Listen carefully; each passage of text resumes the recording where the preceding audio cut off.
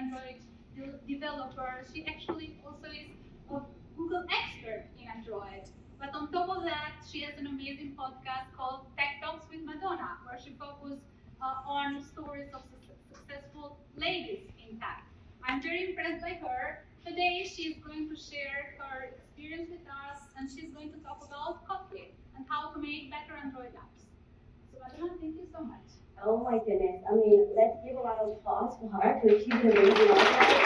I mean, I'm so happy that you invited me here and also we got a chance to connect on my podcast. So if you've not listened, I think you connected it from you already. So go listen, she's very amazing.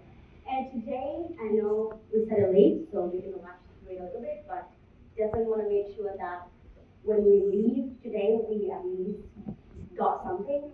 But the first thing we wanted to do first, before everything, is we need to test and make sure my clicker works. I worked with the university actually on building their app, which is pretty cool. When they reached out to me, I wasn't sure that they made it because I thought most universities would try. And I'm also a founder, and I started my company, so I'm looking to venture into that fast too. And also, mom. Enough yet just to talk to you.